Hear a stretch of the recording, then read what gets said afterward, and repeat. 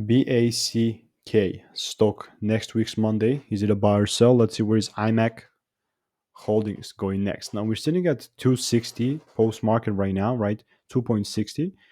Definitely close like 244 or so. Like a very significant increase in price today from what I see, like it was a 92% increase in price, which is crazy. This is a very short 1 minute video, and I'm purely using my strategy that has previously given me thousands of wins only 2023.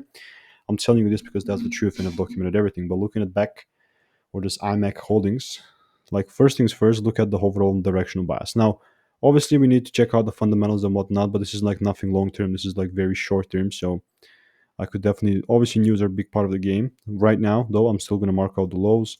There's a lot of hype around back, I know. But like, because I've seen this happening thousands of times, the overall my directional bias, obviously, I can let the price a little bit brief, but overall my directional bias that I'm still bearish to the lows. This is obviously not financial advice. For more value, just go ahead and check out the first link in the description, and I'll see you in the next one.